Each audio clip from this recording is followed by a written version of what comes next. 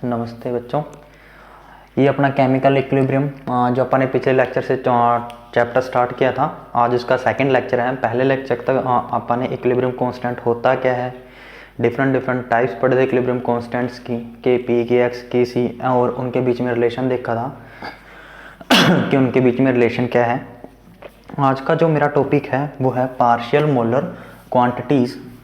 नया टॉपिक है, उससे डिफरेंट है केमिकल जो अपन ने पिछले लेक्चर में किया था। स्टार्ट करते हैं। Partial molar quantities. देखो, हमने थर्मोडायनेमिक्स फर्स्ट लॉ के अंदर पढ़ा था एक्सटेंसिव प्रॉपर्टी और इंटेंसिव प्रॉपर्टी। एक्सटेंसिव प्रॉपर्टी वो प्रॉपर्टीज होती हैं जो मास पे डिपेंड करती हैं, इंटेंसिव प्रॉपर्टी वो प्रॉपर्टी होती हैं जो मास पे डिपेंड नहीं करती हैं। तो मीन्स एक्सटेंसिव प्रॉपर्टी चेंज होगी जब हम उसका मास चेंज करेंगे। फॉर एग्जांपल, जैसे अगर आप एक्सटेंसिव प्रॉपर्टी की बात करें, free energy G, enthalpy H, entropy S, etcetera, ये सारी की सारी क्या है, एक्सटेंसिव प्रॉपर्टी हैं। सारी की सारी क्या है, एक्सटेंसिव प्रॉपर्टी हैं। मीन्स ये जो प्रॉपर्टी है ये चेंज होगी जब हम मास चेंज करेंगे। पर एक और कंडीशन कि इससे पहले जब भी हमने इससे पिछले लेक्चर में जब भी हमने बात की थी सिस्टम को क्लोज रखा था, तो सिस्टम को क्लोज रखेंगे तो मास तो चेंज होगा ही नहीं, क्योंकि क्लोज सिस्टम तो ओनली एनर्जी का एक्सचेंज होता है। तो इसके अंदर जब हम पार्शियल मोलर क्वांटिटीज़ का टॉपिक देख रहे हैं, स्टडी कर रहे हैं, तो इसके अंदर जो सिस्टम लेके चलेंगे वो ओपन सिस्टम लेके चलेंगे। ओपन सिस्टम लेके चलेंगे, ठीक है। और इनमें से जितनी भी एक्सटेंसिव प्रॉपर्टी है उनमें से किसी एक को मैंने एक्स से शो कर दिया है। एक्स क्या है, यहाँ पे कोई एक्सटेंसिव प्रॉपर्टी है। अब जो एक्सटेंसिव प्रॉपर्टी है, अगर मैंने ओपन सिस्टम लिया है तो वो टेम्परेचर प्रेशर के साथ साथ जो उस सिस्टम में कंस्टिट्यूएंट होंगे, number of moles of constituents होंगे, जब उनको चेंज करेंगे तो हमारी एक्सटेंसिव प्रॉपर्टी एक्स भी चेंज होगी। मीन्स मैं सीधे तौर पे ये कह सकता हूँ कि जो मेरी एक्सटेंसिव प्रॉपर्टी एक्स है वो फंक्शन है किसका, टेम्परेचर प्रेशर का तो है ही, क्योंकि पहले सिस्टम क्लोज था तो तब ओनली टेम्परेचर प्रेशर का होता था। अब सिस्टम अपना ओपन है तो टेम्परेचर प्रेशर के साथ साथ किसका है, ये number of moles of different constituents, means N1, N2, N3, Ni। T यहाँ पे क्या है, टेम्परेचर, P क्या है यहाँ पे, प्रेशर, N1, N2, N3 क्या है, number of moles of different constituents that are present in the system, in the open system, जो ओपन सिस्टम के अंदर प्रेजेंट हैं। अब मान लो जैसे ही थोड़ा सा चेंज होगा टेम्परेचर के अंदर, मीन्स क्या हो, टेम्परेचर क्या हो, चेंज हो जाए, या प्रेशर क्या हो, चेंज हो जाए, या फिर number of moles of different constituents हैं वो क्या हो जाए, चेंज हो जाए, तो हमारी जो एक्सटेंसिव प्रॉपर्टी है वो किस हिसाब से चेंज होगी, उसका चेंज देखना है। जब टेम्परेचर प्रेशर और number of moles of constituent change होते हैं तो कैसे ड्राइव करेंगे, मान लिया उसके अंदर चेंज हुआ dx, क्योंकि स्मॉल चेंज तो डेरिवेटिव के अंदर ही देखते होते हैं, तो डेरिवेटिव dx, इसका देखते हैं चेंज, करली x डिवाइडिंग बाई करली t, मीन्स एक्सटेंसिव प्रॉपर्टी के अंदर चेंज हुआ जब मैंने उसका टेम्परेचर चेंज किया, करली x डिवाइडिंग बाई करली t, कॉन्स्टेंट क्या रहेगा, प्रेशर। एक और बात देखो, N1, N2, N3, Ni, ये सारे के सारे क्या हैं, number of moles of different constituents हैं। ये कंस्टिट्यूएंट 1, 2, 3 और ये कंस्टिट्यूएंट I जो सिस्टम के अंदर हैं, मीन्स ये डिफरेंट होंगी।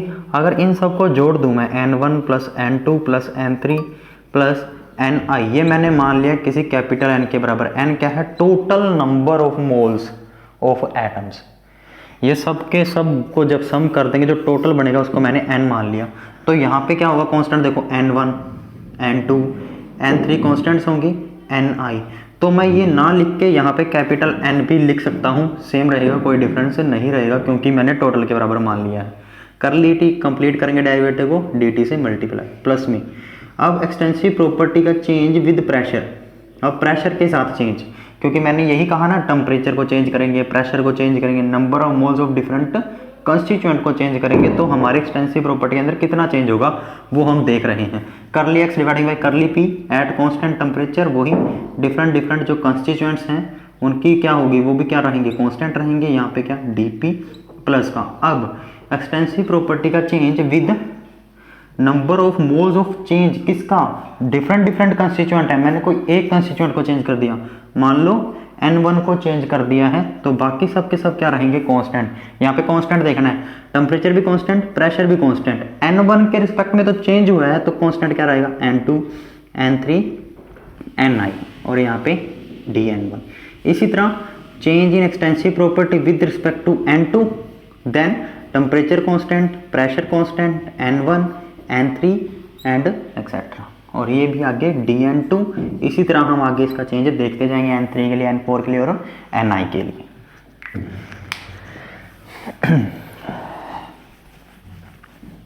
अब देखो, अगर मान लो हमारा टेम्परेचर प्रेशर क्या हो जाए, कांस्टेंट हो जाए, अगर हमारा टेम्परेचर और प्रेशर क्या हो जाए, कांस्टेंट हो जाए, तो जो dt है और जो dp है वो क्या हो जाएंगे, जीरो। यहाँ पे dt, ये dt क्या हो जाएगा, ये जो dt है is equal to zero at constant temperature at constant pressure is equal to zero, ये दोनों जीरो हो जाएंगे। तो देखो जो हमारा एक्सटेंसिव प्रॉपर्टी के अंदर चेंज था किसके बराबर आएगा, देखना, एट कांस्टेंट टेम्परेचर और at constant pressure is equal to curly X dividing by curly N1, temperature constant, pressure constant, N2 constant, N3 constant और ये Dn2।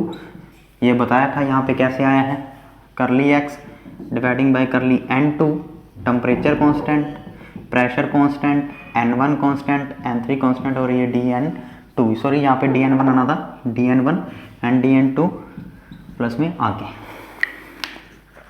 अब ये जो राइट हैंड की तरफ जो क्वांटिटीज हैं इक्वेशन के अंदर जो राइट हैंड की तरफ क्वांटिटीज हैं उन्हें हम क्या नाम दे देंगे, पार्शियल मोलर प्रॉपर्टी का।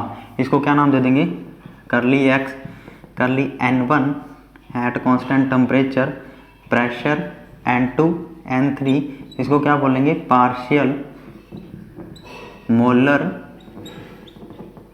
Property, partial molar property. ठीक है, पार्शियल मोलर प्रॉपर्टी का नाम है। इसी तरह ये भी क्या है, पार्शियल मोलर प्रॉपर्टी। अगर मान लो ये तो कंपोनेंट N1 के लिए है, अगर मैं किसी Ni कंपोनेंट के लिए लिखूं तो करली एक्स डिवाइडिंग बाई करली Ni, क्योंकि मैंने सिस्टम के अंदर Ni कंपोनेंट तक माने थे ना, N1 N2 N3 N4 N5 Ni। तो अगर Ni कंपोनेंट को चेंज करूंगा तो इसको ऐसे लिख देंगे, करली एक्स डिवाइडिंग बाई करली Ni, temperature constant, pressure constant, 1 N2 and so इसको भी क्या नाम दे देंगे, वही पार्शियल मोलर प्रॉपर्टी। इसको रिप्रेजेंट कैसे करते हैं, जो हमारी एक्सटेंसिव प्रॉपर्टी ली थी हमने वो x, जो कंपोनेंट चेंज किया i मीन्स i, अगर यहाँ पे 1 है तो यहाँ पे x1 लिख देंगे, ठीक है, और फिर उसके ऊपर बार, ये हमारा क्या हो जाएगा, partial molar property for component i, और ये हमारा पार्शियल मोलर, ये बार लगाएंगे ऊपर, partial molar property for component 1। ठीक है, तो हमारा इसे क्या नाम दे देंगे, पार्शियल मोलर प्रॉपर्टी।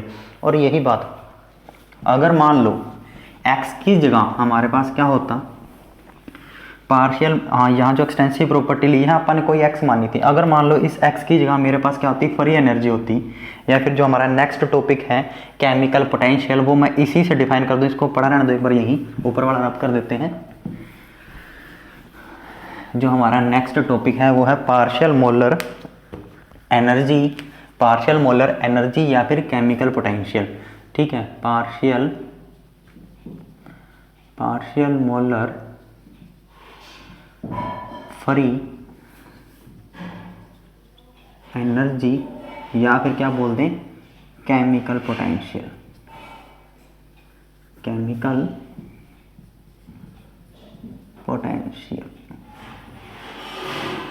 अगर मान लो मैंने यहाँ पे कोई भी एक एक्सटेंसिव प्रॉपर्टी मानी थी, जनरली x, यहाँ पे अगर जनरली जो एक्सटेंसिव प्रॉपर्टी हमारी फ्री एनर्जी हो जाए तो कैसे लिखूंगा, करली जी, किसी Ni कंपोनेंट के रिस्पेक्ट में चेंज, ठीक है, इज इक्वल टू GI बार, और इसको क्या नाम दे दिया था, पार्शियल मोलर फ्री एनर्जी बोल सकते हैं, और इसको अगर म्यू आई लिख दूं तो ये हमारा क्या बन जाएगा, केमिकल पोटेंशियल। अब मैं दोनों को डिफाइन करूंगा। देखो अगर कोई जनरल कोई एक्सटेंसिव प्रॉपर्टी है तो उसकी पार्शियल मोलर प्रॉपर्टी को डिफाइन करना तो कैसे करूंगा, the change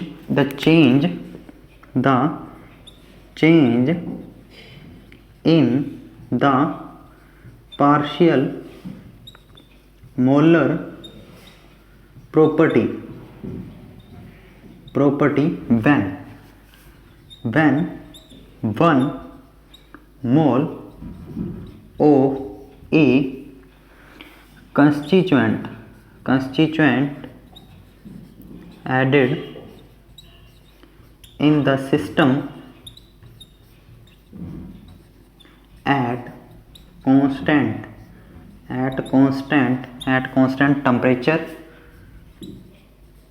pressure and composition is called partial molar property। अगर partial molar free energy को डिफाइन करना तो कैसे करूँगा, the change in the partial molar free energy when 1 mole of a constituent added in the system at constant temperature, pressure and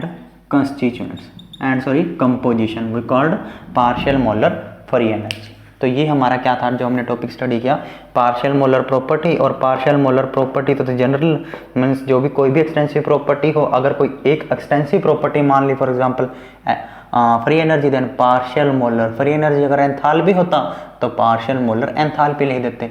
but एक बात याद रखना, पार्शियल मोलर फ्री एनर्जी को हम केमिकल पोटेंशियल भी बोलते हैं, उसको म्यू से शो करते हैं। और एक और बात, अगर म्यू को हम सिंपली डिफाइन करना चाहें तो क्या होगा, change in the free energy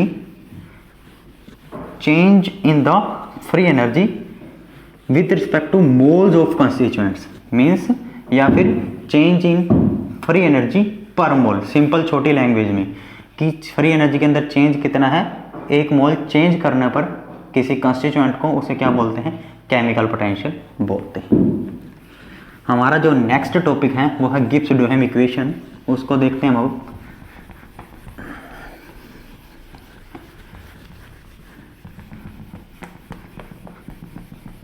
next topic को स्टार्ट करते हैं।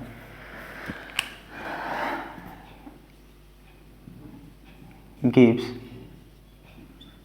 डुहेम इक्वेशन। वहीं से देखो जो पिछले टॉपिक में था, मैंने किसी एक एक्सटेंसिव प्रॉपर्टी x को फंक्शन माना था, टेम्परेचर का, प्रेशर का और डिफरेंट कॉन्स्टिट्यूएंट्स का। अब मैं यहाँ पे क्या मान रहा हूँ, फ्री एनर्जी को, मीन्स g को फंक्शन मान रहा हूँ टेम्परेचर का, प्रेशर का, N1 N2 N3 क्या है, डिफरेंट कंस्टिट्यूएंट्स हैं।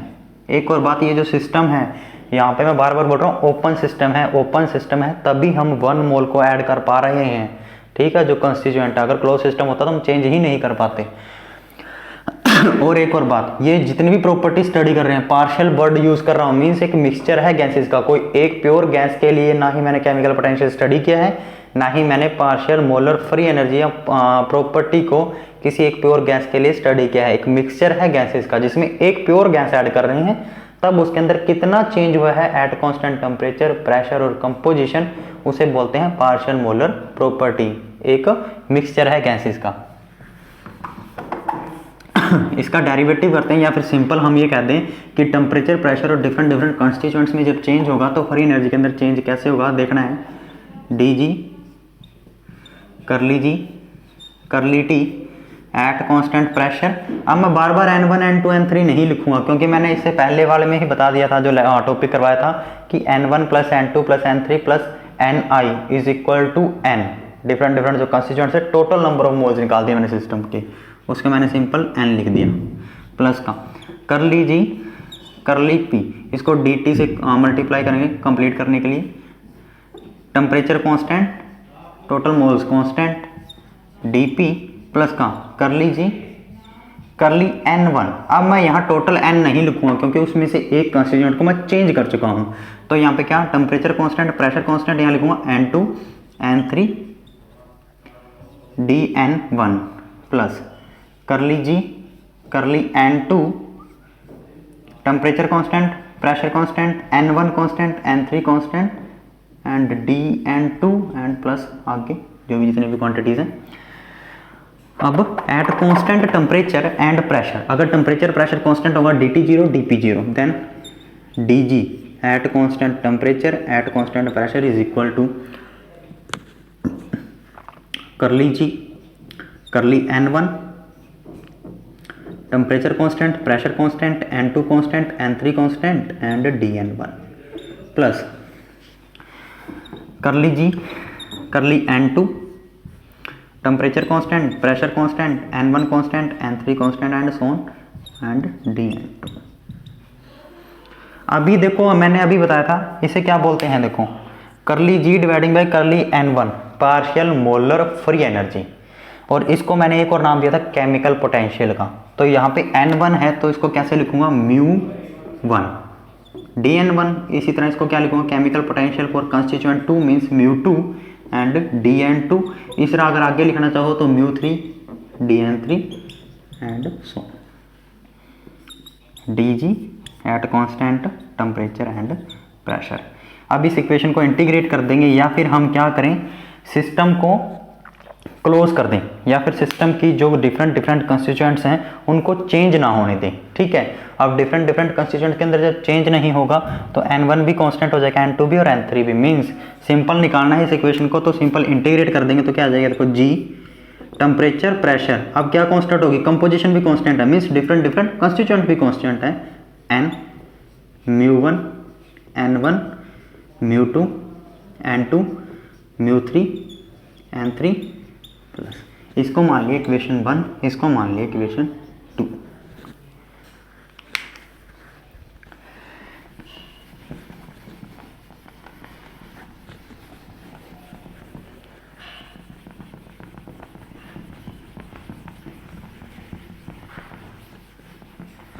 ध्यान से सुनना है बस इस टॉपिक को, जो आज का मेरा लेक्चर है।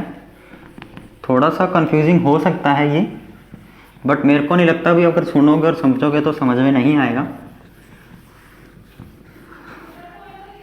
डिफरेंशिएट करना है इक्वेशन 2 को, डिफरेंशिएट करते हैं dg टेम्परेचर प्रेशर, डिफरेंशिएट करते हैं d μ1 constant dN1 plus N1 constant d μ1 plus, पहले इसका क्या है डिफरेंशिएशन किया है सिर्फ एक टर्म का, इक्वेशन 2 को डिफरेंशिएट कर रहे हैं सिर्फ इसको क्या है, पहला फंक्शन है सच, दूसरे का डेरिवेटिव, फिर दूसरा है सच, पहले का डेरिवेटिव। इसी तरह दूसरा करेंगे μ2 एस सच, N2 का derivative dN2 plus N2 as such d μ2 plus आगे की क्वांटिटीज। अब मैं μ1 की टर्म एक साइड कर लूंगा, μ1 dN1 प्लस μ2 dN2 प्लस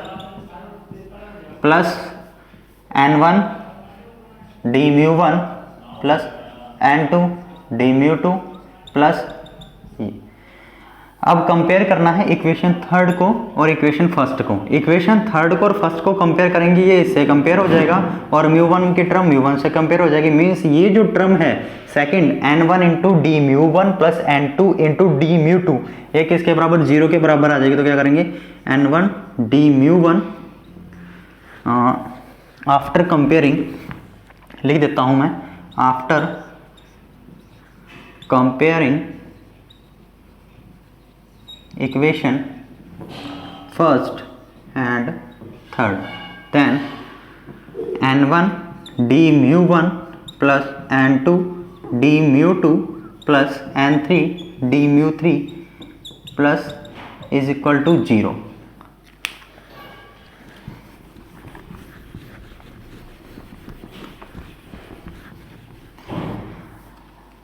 अगर मैं इसको समेशन की फॉर्म में लिखूं, क्योंकि i कंपोनेंट तक है ना, तो i is equal to 1 put करोगे 2 पुट करोगे तो आगे से आगे चली जाएगी ni और d mu i is equal to 0। इस इक्वेशन को बोलते हैं गिब्स डुहेम इक्वेशन। यही हमारा टॉपिक था। Ni इंटू में डी म्यू आई वो कॉल्ड गिब्स डुहेम इक्वेशन। इसके बाद जो हमारा नेक्स्ट टॉपिक है वो है variation of free energy with temperature and pressure. बहुत ही आसान टॉपिक है, बस थोड़ा सा ध्यान से देखना है।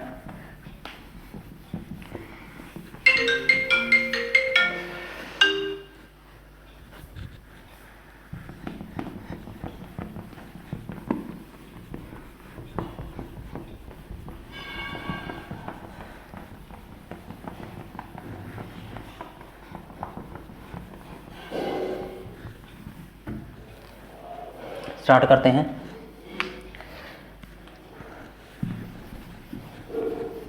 Variation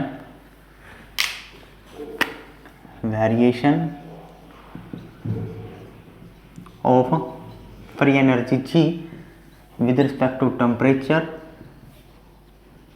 and pressure. टेम्परेचर और प्रेशर के साथ फ्री एनर्जी में चेंज कितना होगा और किसके बराबर आएगा वो देखना है। तो स्टार्ट करते हैं। वही हमारी फ्री एनर्जी किसी ओपन सिस्टम के लिए फंक्शन है टेम्परेचर का, प्रेशर का और डिफरेंट कंस्टिट्यूएंट्स का।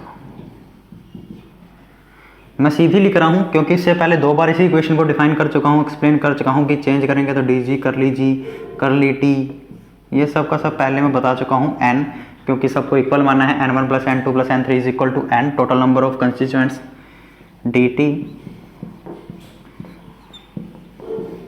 Temperature constant and D P plus curly G curly n1 D n1 temperature pressure n2 n3 are constants plus आगे जो क्वांटिटीज़ हैं n2 के आती जाएंगी। अब अगर सिस्टम को क्लोज कर दूं या फिर डिफरेंट कंस्टिट्यूएंट्स हैं वो क्या हो जाए, कांस्टेंट हो जाए, उनमें चेंज हो ही ना, तो ये सारी जो टर्म है जो करली n1 है करली n2 है करली n3 आगे सारी की सारी जीरो मीन्स डी जी किसके बराबर आ जाएगा, D G is equal to curly G curly T at constant pressure at constant constituents different constituents curly G curly P and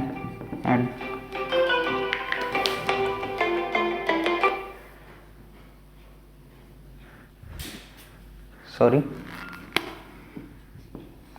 at constant temperature and n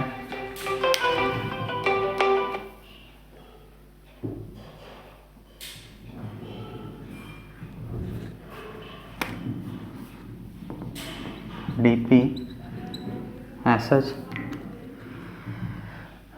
कहाँ थे, system को हमने क्या कर दिया था, क्लोज कर दिया था, तो डिफरेंट कंस्टिट्यूएंट्स हैं वो भी क्या हो जाएंगे, कांस्टेंट हो जाएंगे, तो हमारा डी जी इसके बराबर आ जाएगा। एक और बात, मैक्सवेल की जो इक्वेशंस है आपने पढ़ी होगी कि according to Maxwell's equation D G is equal to V D P minus S D T. ये इक्वेशन को मान लो 1, इसको मान लो 2, कंपेयर कर दो इक्वेशन 1 और 2 को। इक्वेशन 1 और 2 के जो रिजल्ट्स हैं मैं इस तरफ लिखूंगा क्योंकि आगे जो मैं टॉपिक कराऊंगा उसके अंदर वो रिजल्ट्स यूज होने हैं, ठीक है। तो जब इक्वेशन 1 या फिर इस तरफ लिख देता हूँ, आपको दिखाई भी देगा, इक्वेशन 1 और 2 को अगर मैं कंपेयर कर दूं डी जी से D G, V D P से वी डी पी, ठीक है, मीन्स डी पी से डी पी वी किसके बराबर आ गया, curly G dividing by curly P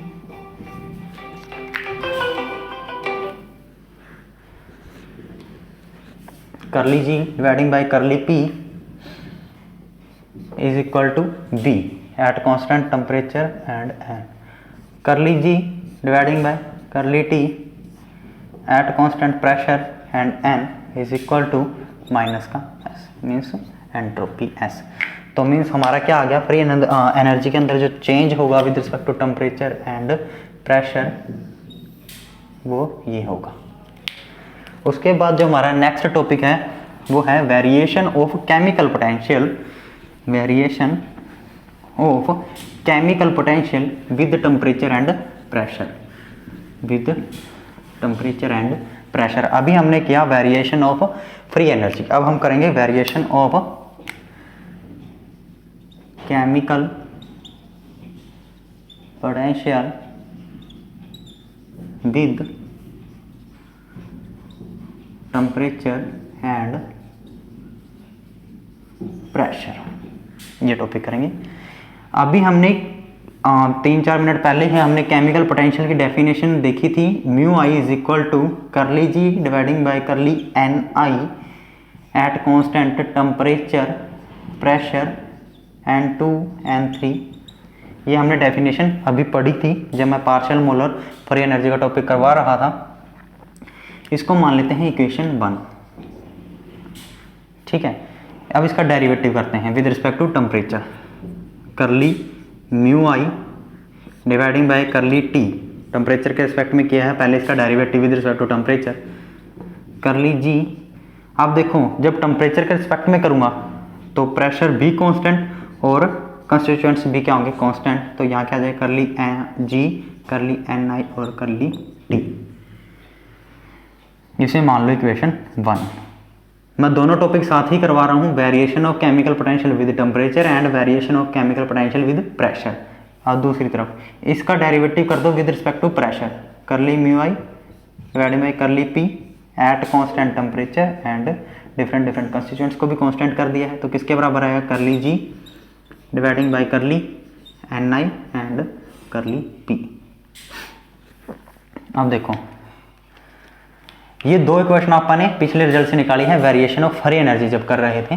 तो पहला जो रिलेशन है इसको मैं नाम दे रहा हूं ए का, और जो दूसरा रिलेशन है एंट्रोपी वाला उसको नाम दे दिया मैंने बी का, ठीक है। अब जो पहले ए का है पहले हम उसका डेरिवेटिव करते हैं, या फिर पहले बी का कर लेते हैं। इसके लिए करना है तो differentiating equation B with respect to N I, number of moles of ith constituents with respect to N I. ये इक्वेशन क्या आएगी, curly G curly T and curly N I के रिस्पेक्ट में किया तो करली एन आई। स्क्वायर पक्का लगाइएगा क्योंकि डबल डेरिवेटिव किया अभी अपन ने, मैं भूल गया था पहले, तो स्क्वायर लगाना आपको क्योंकि डबल डेरिवेटिव कर रहे हैं। पहले एक तो था ही, फिर हमने दूसरा और कर दिया है, इज इक्वल टू माइनस का curly S dividing by curly N I. Constant क्या है, temperature constant, pressure constant, N1 constant, N2 constant etcetera. यहाँ पे भी देखो N1 constant and N2 constant क्योंकि ये ith कंपोनेंट था। अब according to partial molar property की डेफिनेशन से किसके बराबर आ जाएगा, माइनस का SI एंड बार। इसको लिख दिया करली square G curly T and curly N आई। अब देखो ये इसको मान लिया मैंने इक्वेशन 3 फ्रॉम इक्वेशन 3 एंड 1। जब इक्वेशन 3 और from equation 3 and equation 1 compare करेंगे तो curly square G dividing by curly N I dividing by curly T दोनों में सेम है। तो करली म्यू आई किसके बराबर आ जाएगा, curly mu I is equal to curly T at constant pressure and compositions is equal to minus का एस आई बार। देखो इन दोनों इक्वेशन को कंपेयर किया है, इसको और इसको, दोनों में इसकी लेफ्ट हैंड की quantity means curly square G dividing by curly T curly N I, और इसकी राइट हैंड की करली स्क्वायर जी करली एन आई करली टी दोनों इक्वल हैं। अगर ये दोनों इक्वल हैं तो ये क्वांटिटी और ये क्वांटिटी भी इक्वल होंगे, दोनों को इक्वल पुट कर दिया है। तो ये क्या आ गया, with respect to temperature chemical potential का चेंज। अब हम करेंगे विद रिस्पेक्ट टू प्रेशर, जो मैंने उस तरफ डेरिवेटिव कर भी रखा है।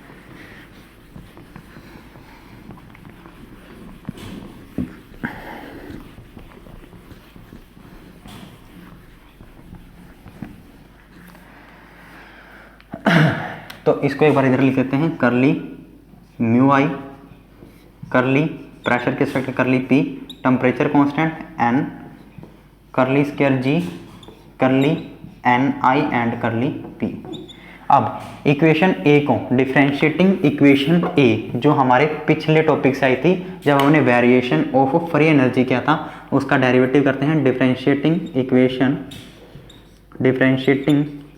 Equation A with respect to N I constituents. तो इसको जब डिफरेंशिएट करेंगे, सिंगल तो पहले था अब डबल हो जाएगा, curly square G and curly P curly N I is equal to curly V and curly N I. Constant क्या रहेंगे, temperature pressure N1 N2 N3, ये सारे क्या हैं, कॉन्स्टेंट्स हैं। अभी मैंने बताया था पार्शियल मोलर प्रॉपर्टी की डेफिनेशन से ये किसके बराबर आ जाएगा, वी आई बार के बराबर। तो क्या आ जाएगा, curly square G curly P curly N I is equal to V bar I. और अभी ये जो इक्वेशन, इसको मान लो इक्वेशन 4, इसको मान लो इक्वेशन 5। इक्वेशन 4 और 5 को कंपेयर करेंगे, कंपेयरिंग इक्वेशन 4 एंड 5, तो क्या आ जाएगा, curly mu I with respect to pressure at constant temperature and N is equal to V I bar. तो वही अभी तो यहाँ क्या था, मैंने पहले फ्री एनर्जी के लिखे थे, अब मैं किसके लिख रहा हूँ, केमिकल पोटेंशियल के। करली म्यू आई, करली P, temperature constant, composition constant किसके बराबर, वी आई बार के बराबर। टेम्परेचर का देख लेते हैं, करली म्यू आई, करली टी कांस्टेंट क्या, प्रेशर कांस्टेंट, एन कांस्टेंट किसके बराबर आया था, माइनस का एस आई बार के बराबर। तो हमने यहाँ आज क्या कर लिया है, वेरिएशन कर ली है, यहाँ तक हमने